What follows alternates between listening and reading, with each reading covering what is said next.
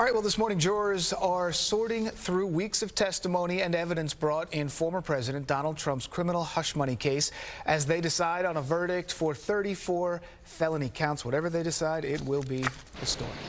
Good Day's Robert Moses has the very latest from outside the courthouse in Lower Manhattan. And Robert, sounds like those jurors had some questions about testimony yesterday. Yes, they did, Dan. Good morning to you. This is the time when we start to tap dance and try to surmise what each passing hour without a verdict might mean. The truth is, we simply don't know. No one does, except the 12 people who are gathered in that drab conference room around a long conference table.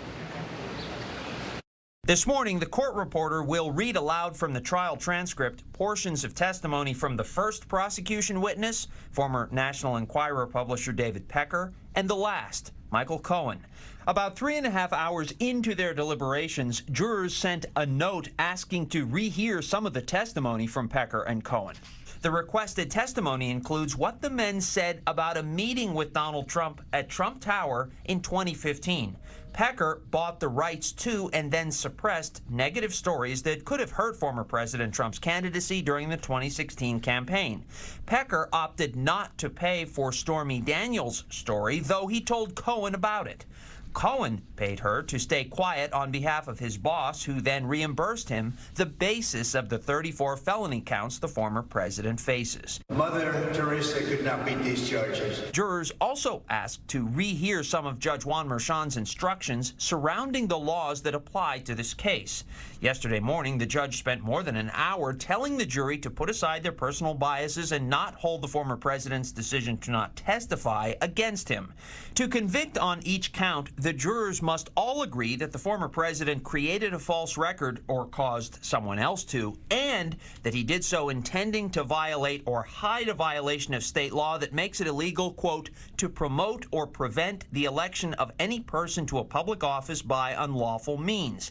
Notably, though, the jurors don't have to agree on what those unlawful means were.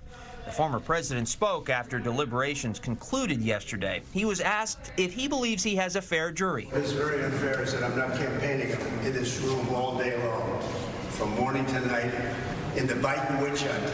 Take a look at where the people come from. That appeared to be a reference to the 7 men and 5 women who now hold his fate in their hands. It's a disgrace. This thing ought to be ended immediately. The judge ought to end it and save his reputation.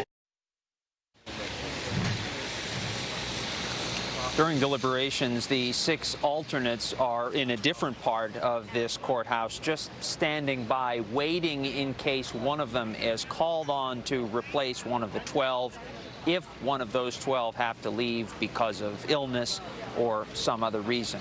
Court resumes at 9:30. We're live at the criminal courthouse this morning. Dan and Tashani, back to you. All right, Rob.